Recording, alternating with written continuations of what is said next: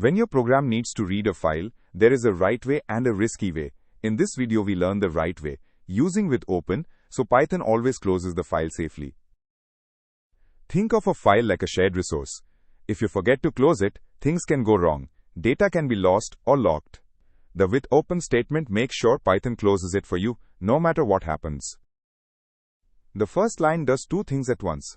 It opens the file called data.txt and gives us a way to talk to it through the name f. The word with tells Python to manage the file's lifecycle for us. Inside the with block, we loop over f. Python hands us one line of the file on each pass through the loop.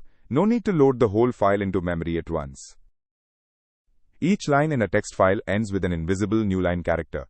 Calling rstrip on the line trims that away, so our printed output looks clean without any extra blank lines. Here we simulate the file with 3 lines of text. The output shows each line printed cleanly, with no extra blank lines, exactly what rstrip takes care of. Your real file would work the same way. Without with open, you would call f equals open, then f.close at the end. But if an error happens in between, close never runs. The with statement solves this completely. It always cleans up. Every time you work with a file in Python, reach for with open. It is safe, readable, and the pattern every professional uses. One small keyword, and Python handles the rest.